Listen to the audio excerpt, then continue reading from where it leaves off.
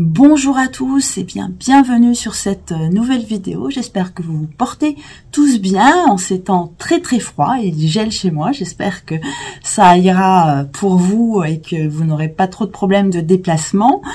Donc voilà, si vous ne pouvez pas sortir, autant regarder ce thème de la pleine lune qu'on va voir ensemble aujourd'hui. Donc ce sera le 25 janvier à peu près 20 h et le contexte de cette pleine lune, bien sûr, va être très important puisqu'elle se passe dans l'axe Lion-Verseau à 5 degrés de Pluton et ça sera juste après l'arrivée de Pluton dans le signe du Verseau qui sera conjointe au Soleil. On va en reparler succinctement ici pour expliquer un petit peu le contexte d'arrivée de cette pleine lune, mais je ne vais pas trop m'attarder sur les effets de Pluton dans le signe du Verseau. Pourquoi? Parce que j'en ai déjà parlé, j'ai déjà fait de longues vidéos dessus.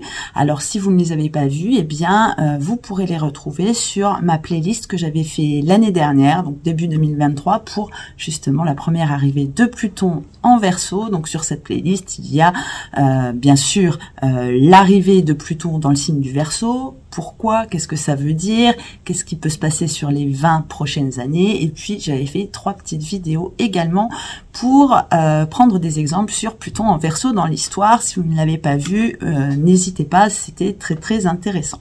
Donc voilà le contexte un petit peu de cette pleine lune qui sera très chargée énergétiquement et ça on va le voir.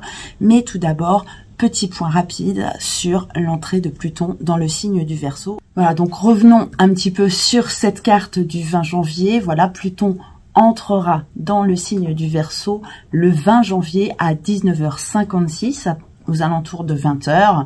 Et il faut savoir que le Soleil, qui là aussi, elles sont en conjonction au moment de l'entrée de Pluton dans le signe, sera présent en Verseau depuis, donc toujours le même samedi 20, depuis 15 h. Donc il y aura 5 heures entre l'entrée du Soleil et l'entrée de Pluton dans le signe du Verseau. Alors, c'est ça qui donne son importance encore exacerbé à cet événement puisque le Soleil, vous le savez peut-être, met toujours en lumière les planètes qui sont à côté de lui. Si vous avez une planète à côté du Soleil dans votre thème, elle dominera beaucoup, elle aura beaucoup plus d'importance que si elle était à un autre endroit par exemple. Et donc là, le Soleil va donner toute son énergie à Pluton, alors que Pluton, vous le savez, c'est la dernière planète du système solaire, c'est la planète de l'ombre, c'est pour ça qu'on dit qu'elle est souvent attachée aux enfers, dieu des enfers, Hadès, mais c'est par son côté très sombre. Et du coup, là, la planète qui a l'habitude d'agir un petit peu en sous-marin, elle sera mise en lumière et elle va pouvoir peut-être agir au grand jour. Donc, à ce moment-là, on les a toutes les deux là à 0 degré du signe du Verseau. On a une belle harmonie avec la Lune qui se trouve en Gémeaux. Donc ça, c'est pas mal dans un premier temps parce que ce sont deux signes d'air, deux signes d'ouverture et du coup, les planètes vont s'entendre et elles vont agir dans le même sens. En revanche, vous pouvez voir là déjà qu'il y a un carré avec Jupiter qui se trouve en Taureau. Donc Jupiter, elle est en Taureau depuis pas mal de temps, depuis mai l'année dernière. Elle a rétrogradé sur la fin de l'année et là, elle vient de reprendre son mouvement direct. C'était le 31 décembre. Donc elle avance de nouveau dans le signe du Taureau. Elle avance vite pour la planète, mais ça reste une planète relativement lente et elle va rester quelques jours en carré à Pluton et puis aussi au Soleil. Même si le Soleil se déplace plus vite, le carré au Soleil va rester jusqu'à peu près au 5 février et le carré à Pluton va rester, lui, jusqu'à la fin du mois de février. Alors, ce qu'il faut savoir aussi, c'est que juste avant l'entrée de ces deux planètes dans le signe du Verseau, elles étaient déjà en carré avec Jupiter. Par contre, on appelle ça un carré dissocié, c'est-à-dire que les planètes étaient dans des éléments compatibles. D'ailleurs, c'était dans le même élément, c'était dans deux signes de terre, toutes les deux. Là, maintenant, en entrant dans le signe du Verseau, les deux vont changer d'élément et vont se comporter avec un signe d'air. Donc l'air, c'est l'ouverture, surtout chez les Verseaux. Je pense que c'est le plus aérien des signes d'air, qui aime la liberté, qui aime l'indépendance, qui est vraiment très très ouvert et qui n'aime pas les contraintes surtout. Alors que le Taureau, c'est un signe de terre dominé par Jupiter. Jupiter, c'est une planète qui aime dominer, c'est Zeus, le dieu des dieux. Donc, elle aime asseoir son pouvoir, cette planète, et eh bien le Verseau ne supporte pas ça. Il est bien possible qu'à l'entrée de Pluton dans le signe du Verseau, eh bien, elle va aller contrer ce pouvoir. Alors, comment? Je ne sais pas, c'est les événements qui vont nous le dire. Je suis un petit peu l'actualité. Vous savez peut-être aussi que le Verseau, c'est le signe des révolutionnaires. Mais je ne vois rien pour le moment, à part un petit changement de gouvernement. Donc ça, c'est heureusement que c'était là, ça, parce que ça va changer la face de notre vie, je crois. Non, à part c'est un petit épisode pour nous divertir, comme ça. Mais en gros, rien ne change. Alors, tout ce que j'ai pu relever, c'est les agriculteurs en Allemagne qui sont en train de se rebeller contre l'Europe, en gros, et contre une taxe supplémentaire qu'on leur a mis pour le diesel. J'ai vu qu'en France, ça commençait à prendre aussi à Toulouse. Est-ce que ça va venir par là? Eh bien, c'est possible parce que le Taureau, c'est aussi le signe de l'agriculture, bien sûr. C'est la terre qui nous nourrit, voilà, donc c'est la nourriture. Et donc, au niveau de l'agriculture, eh bien, ça pourrait bien représenter ça. On va voir comment ça va se passer. Ça pourrait aussi se tasser et puis rejaillir d'une autre manière. Personnellement, quand on ne voit pas les choses arriver comme ça, moi, je n'aime pas trop ça parce que on se dit qu'on peut avoir des surprises. Bref, on verra et ça se trouve, il ne va rien se passer ces jours-là. En tout cas, à l'entrée de Pluton, on est déjà en harmonie avec la Lune. Vous savez qu'il y a deux déclencheurs dans le zodiaque, Mars et la Lune. Donc Mars, là, n'est pour le moment, je dis bien pour le moment, pas concerné par un aspect avec Pluton. Par contre, il viendra en conjonction à Pluton le 13 février, et ça, on en parlera sur la vidéo du mois de février. Là, par contre, je pense que les choses vont pouvoir s'accélérer, et d'ici là, à mon avis, on verra un petit peu de quel côté ça peut venir. Bon, je vous parlerai tout à l'heure, j'ai regardé quelques thèmes de pays. Il peut y avoir quelques pays qui peuvent être touchés par cette configuration, justement. Maintenant, la Lune qui est là en harmonie, eh bien, 5 jours après, le 25, je vous change la carte. Voilà, donc le 25, on arrive à cette pleine lune. Le soleil est là maintenant à 5 degrés du signe du Verseau. La lune à 5 degrés également du signe du Lion. Et Jupiter toujours à 6 degrés du signe du Taureau. Et donc là, ça pourrait justement déclencher quelque chose en rapport ou contre, on va dire, les forces du Taureau, les forces de Jupiter, parce que là, on a vraiment une situation de carré quasi parfait. On a un orbe de 1 degré seulement de différence pour un carré, ce qui est quand même très très serré. Et à ce moment-là, on va pouvoir peut-être voir quelque chose s'enclencher par rapport à ce qui pourra se passer et par rapport à Mars qui va venir plus tard, d'ici 3 semaines, dans le signe du Verseau également. Donc voilà, on va pouvoir commencer à voir se dessiner quelque chose. À mon avis, on n'a plus longtemps à attendre. Et puis, donc, on est toujours sur ce rapport au pouvoir. Alors bien sûr, tout ça, ce sont des événements mondiaux, ça ne va pas se passer partout, mais qui va être impacté le plus? Eh bien, les signes fixes surtout.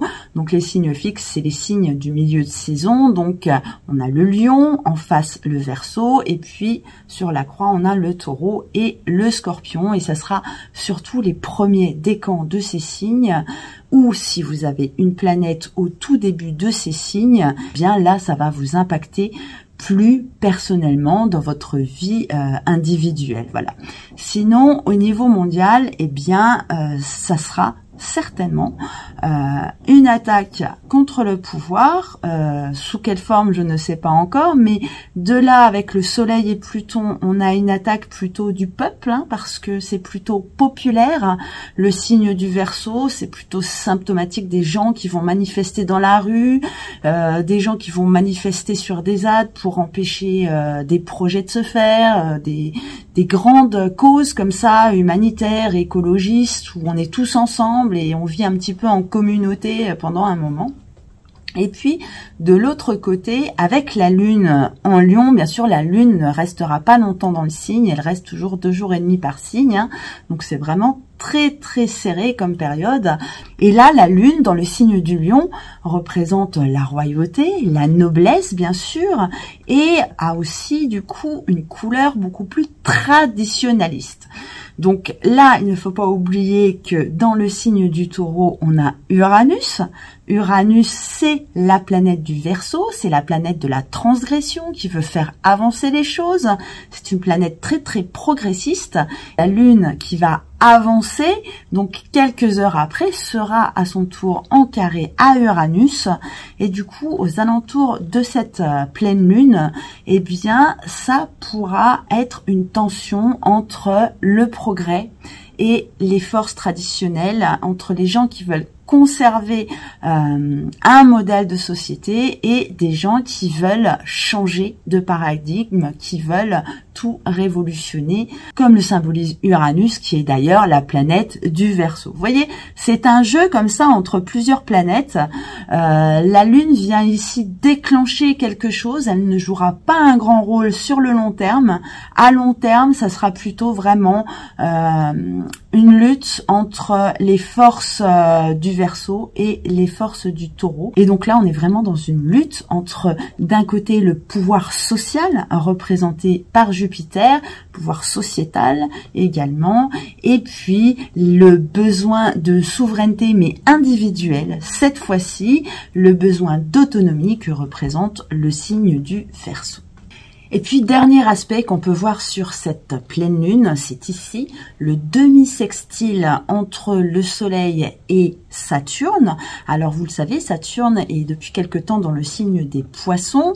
Elle n'est pas très à l'aise dans ce signe. Saturne, qui est comme Jupiter, une planète de pouvoir. Ce n'est pas exactement le même pouvoir. Avec Jupiter, on est plus sur les règles morales, quelque chose qui est de fait, mais qui n'est pas forcément officiel, hein, les convenances, ce qu'on nous a appris à faire, mais qui n'est pas vraiment obligatoire du point de vue législatif.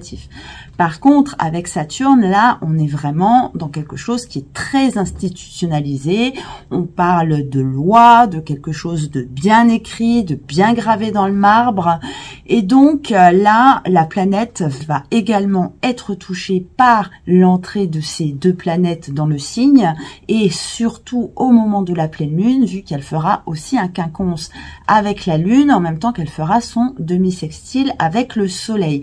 Donc là, ça peut être également un affaiblissement des institutions, ça peut être quelque chose qui peut changer dans les lois, dans les rapports, peut-être même si on se place au niveau mondial, vu qu'on a Pluton ici, dans les rapports entre les États, et il peut y avoir quelque chose qui peut bouger au niveau mondial, au niveau de la géopolitique générale. Au niveau personnel, ça peut donner quoi? Eh bien, comme je vous l'ai dit tout à l'heure, hein, les premiers décans des signes fixes qui pourraient être touchés, ou alors si vous avez une planète dans ces secteurs-là.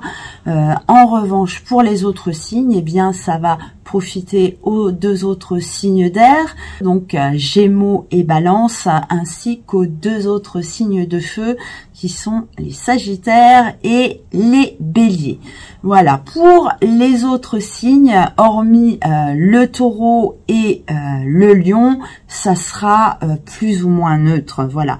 Par contre, au niveau des Taureaux, ça risque d'être difficile, surtout cette pleine lune, mais ça peut continuer quand même sur quelques semaines, peut-être des situations de blocage ou des situations d'empêchement. Voilà, en fonction des planètes que vous avez dans ces secteurs également, ça sera plus ou moins marqué, bien évidemment. Voilà. Maintenant, comme Pluton est une planète mondiale, collective, du coup, comme on a pas mal de choses au niveau géopolitique, eh bien, j'ai regardé quelques thèmes de pays qui pourraient être concernés par cette entrée de Pluton dans les Verseaux. Donc, on a la France en premier lieu. Alors pourquoi la France? Eh bien parce que c'est vrai que je m'en étais pas rendu compte, je viens de le voir seulement maintenant.